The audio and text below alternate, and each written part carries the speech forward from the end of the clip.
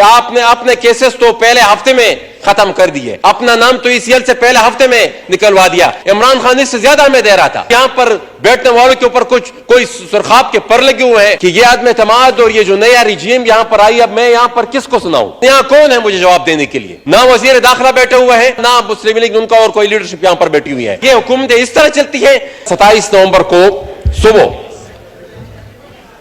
Islamabad airport से मेरी flight थी ताजिकिस्तान के लिए, और वहां पर हेरात सिक्योरिटी डायलॉग उनकी इंतजामिया ने मुझे मदऊ किया, तो उसमें शिरकत के लिए मैं जा रहा था और इस्लामाबाद एयरपोर्ट पर मुझे रोक दिया गया बगैर किसी वजह बताए, और सिर्फ ये कह रहे थे वो कि हमें ऊपर से ऑर्डर है। शायद किसी हवालदार ने उनको कॉल कर दिया हो। गुजारिश यह है कि ये एक ऑर्डर है 17 अक्टूबर 2022 को। 17 अक्टूबर को पाकिस्तान की वफाकी काबीना के हुक्म पर मेरा नाम ईसीएल से निकाला गया था।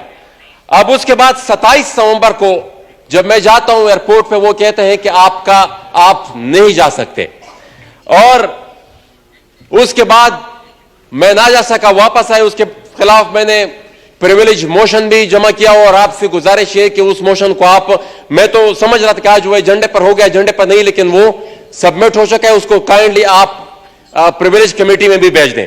लेकिन जनाब स्पीकर, गुजारिश यह है कि ये आदम एतमाद और ये जो नया रिजीम यहां पर आई, अब मैं यहां पर किसको सुनाऊं? अब मुझे पता है कि मुफ्ती साहब तो हुकूमत के बिहाफ पर मुझे जवाब दे नहीं पाएंगे, लेकिन यहां कौन है मुझे जवाब देने के लिए? मैं अगर यहां पर अपनी फरियाद करूं भी तो कौन बैठा यहां पर मुझे जवाब देने के लिए? ना वजीर दाखिला बैठे हुए हैं कि उनके बिहाफ पर, या ना मुस्लिम लीग उनका और कोई लीडरशिप यहां पर बैठी हुई है। जनाब स्पीकर, हमने इस एतमाद को इसलिए अदम एतमाद को सपोर्ट नहीं किया था कि हम किसी यहां पर मुराद के पीछे हमारी सियासत थी, यहां पर छोटे मोटे इख्तियारात के पीछे ये होता, ये तो इमरान खान इससे ज्यादा हमें दे रहा था, या यहां पर बैठने वालों के ऊपर कुछ कोई सुरखाब के पर लगे हुए हैं। हमने तो इसलिए इस मूव को सपोर्ट किया था कि इमरान खान ने जो अवामी ताकत थी, जो सिविलियन सुप्रीमेसी थी, उसको अपने पैरों तले रोन डाला था। जो अवामी इख्तियार था वो उसने सरेंडर किया था, और उसी की वजह से जो अदम एतमाद की मूव आई, हमने उस चीज को सपोर्ट किया। इसलिए नहीं किया कि ये हुकूमत जो आएगी ये उन्हीं की जो सारे करतूतात थे उसको रेप्लिकेट करेगी। उनसे भी चंद कदम आगे है। आई एग्री विद मक्सी साहब। अब जनाब स्पीकर, यही अगर हमारा कंडक्ट हो तो हमें आइंदा के इलेक्शन के लिए इस मुद्दे के साथ अवाम के पास नहीं जाना चाहिए कि हमें वोट दें और हम आपकी नुमाइंदगी करें। आप इस नजरिए और इस सोच और इस मुद्दे के साथ अवाम के पास जाएं कि हमें वोट दें ताकि हमें वहां पर किसी हवलदार की नौकरी मिल जाए। ये नौकरी की सवा और कुछ नहीं है। ये क्या ये हुकूमत इस तरह चलती है? जनाब स्पीकर, ये इस मुल्क में जमहूरियत के लिए यहां के पॉलिटिकल वर्कर्स और लीडरशिप ने काफी कुर्बानियां दी हैं। ये कुर्बानियां इसलिए नहीं दी कि हम यहां पर आकर जमहूरियत का गला कोंट दें, जमहूरियत का गला कोंट दें, और ये जमहूरियत के गले कोंटने के मुतरादिफ ही है। ये हम किस मुंह से आइंदा फिर वोट की इज्जत दो के नारे के साथ आवाम के पास जाएंगे? जब ये अमल होता रहा, मेरी जात कोई मसला ही नहीं है, हम तो कितने अरसे से क्या क्या कुछ नहीं फेस करता रहे, लेकिन यह बात है कि जब फिर हम दावा करें तो फिर दावा भी ना करें।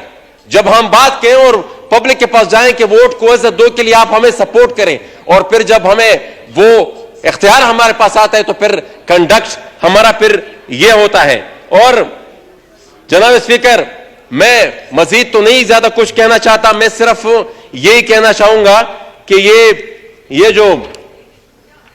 जो हुक्मनामा है, ये जो ऑर्डर हुआ है वफाकी हुकूमत की तरफ से 17 अक्टूबर को, और इस हुक्म को एक हवलदार अपने पैरों तले रोनता हुआ चला गया, और नोबडी नोस कि उनको किसने डिक्टेशन दी, और वफाकी हुकूमत की तरफ से कोई जवाब ही नहीं है। मतलब कुछ ना कुछ कोई वजाहत तो होती ना। अब तक मिसाल 3-4 दिन हो गए, अब तक कोई वजाहत ही नहीं दे रहा है कि भाई क्या हुआ। तो मेरी गुजारिश यह है कि इसको आप प्रिविलेज कमेटी में भेज दें, और इंटीरियर सेक्रेटरी और डीजीएफआई को आप वहां पर बुलाए। मैंने इसका गिला किया भी नहीं है कि आपने अपने केसेस तो पहले हफ्ते में खत्म कर दिए, अपना नाम तो ईसीएल से पहले हफ्ते में निकलवा दिया। अली वजीर अभी तक जेल में पड़ा हुआ है, प्रोफेसर इस्माइल और उनकी अहलिया गुलाला इस्माइल के वालिदैन अभी तक अदालतों की शक्कर काट रहे हैं।